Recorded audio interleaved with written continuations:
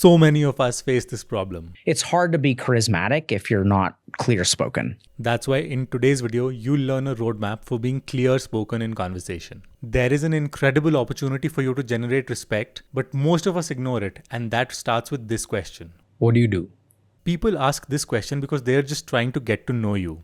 But instead of just stating your job title, bring in your backstory. Watch how Dr. K starts by talking about a problem he had, and later he will build up to why this is related to his work of being a psychiatrist. But my whole thing is like, I didn't know how to live life. Okay. Like no one taught me like how to live life. So, like I went to school and people teach you like mathematics and biology, but like I couldn't get out of bed to go to class. Once he solved that problem for himself, he talks about wanting to help people like his past self. My people are like the gamers. They're like the 25-year-old dudes who are living in their mom's basement. They're basically me, and no one's helping them. Like no one. No one even knows that they exist. When you do this, it can be as simple as saying I had a lot of mathematical aptitude when I was a kid, and I enjoyed solving problems, which is why I became a software engineer later in life. Just one more line that gives the other person something to connect with is all you need. And talking about your backstory has another benefit related to connection, which we'll cover later in the video. But for now, if you are on the quieter side or you're more introverted, you will struggle to either hold attention or you might get interrupted in conversation.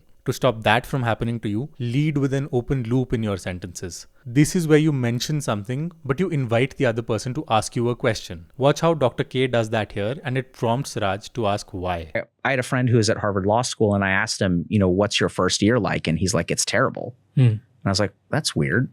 Why? And he said that one of the worst things that I asked him the same question, why? When you do this, you don't have to worry about not being interesting to people, because when people ask you a question, they are by definition interested. The way you can apply this in conversation is by giving people opt-ins. It's interesting. You asked like, how do affairs happen? There's a certain science behind this that we can get into later, but he clearly mentioned the science but didn't go into detail and made it clear that he can talk about it later if Raj chooses to. Another way of doing this is through withholding details, where you talk about what you want to say but don't go into detail. If the other person's interested, they will ask you a question like this.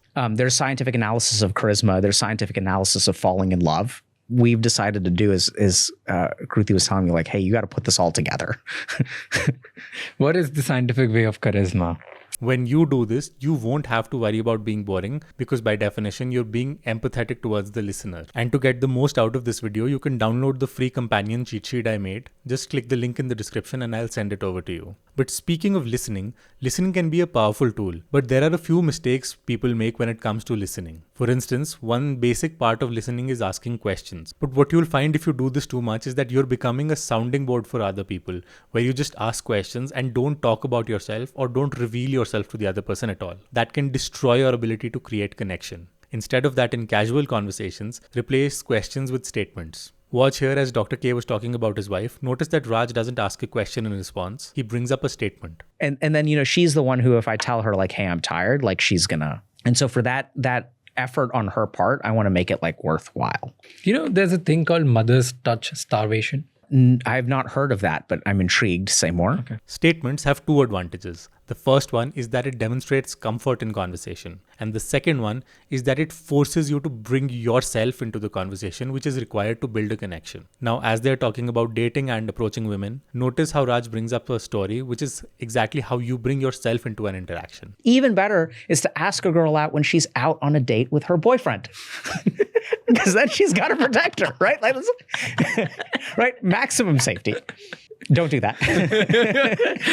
I want to insert a story here. Okay? Yeah. There's a friend of mine. Oh my God. An underrated benefit of using statements is that it prevents you from blanking out in conversation. Because instead of forcing yourself to think of a question, you can just make an observation and keep the conversation going. If you do completely blank out, you can just verbalize your inner dialogue and talk about what you're thinking of like this. Or like, you know, there were,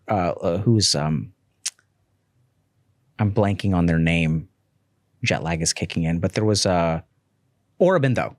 So, right. So he's like a spiritual master who's also like a freedom fighter. The easiest way to transition topics is to talk about something that is tangentially related to what you're talking about. Watch Dr. K do that here as he's talking about authenticity first, and then transitions to talking about charisma, which is related to authenticity. Day job is like, okay, let's work on these factors and work on authenticity.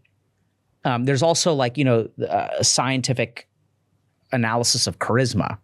So you can go from talking about the new Spider-Man movie to Spider-Man in general, to the Spider-Man PlayStation games, and to gaming in general. That's how you keep the conversation going without running out of things to say. And if you'd like to be someone that people trust and are automatically drawn to, click the link in the description to join the waitlist for my upcoming Magnetic Presence Masterclass. It will walk you through these habits step by step so you become naturally magnetic in conversation. Now, these are all useful conversational habits, but if you want to have deeper interactions, you need to rely on rough edges. We connect with each other by talking about shared emotions and challenges. Unfortunately, there is a balance that you have to strike here, which is tough, because people either don't talk about their struggles or emotions at all, or they go to the opposite extreme where they will dump all your emotions on you. Both of those things are incredibly annoying to deal with. So the way to solve that is through integrated emotional experiences. Start by talking about challenges that are old or that you've already overcome and don't bother you, like this. I couldn't get out of bed to go to class. Like, that was my basic problem.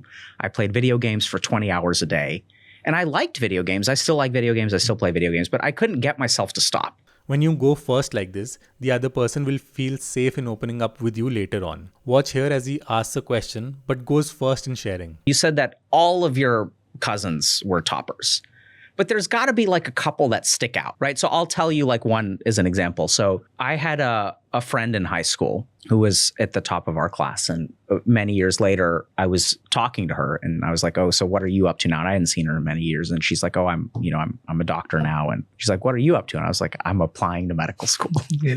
And when people open up, the number one thing you need to avoid is fixing or giving advice. Stop feeling that way. I feel uncomfortable with the way that you are feeling. Unhappy wife, unhappy life.